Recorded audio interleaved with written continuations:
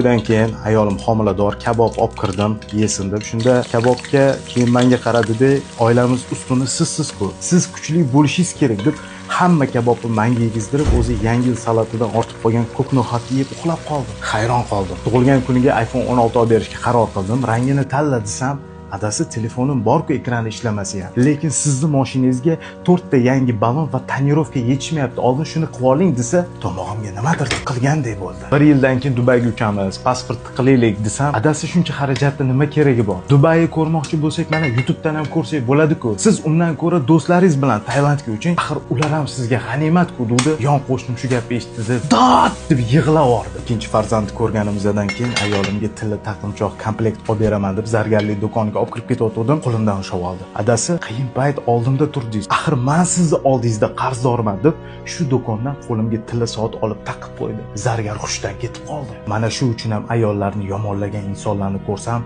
nafratim qo'ziydi.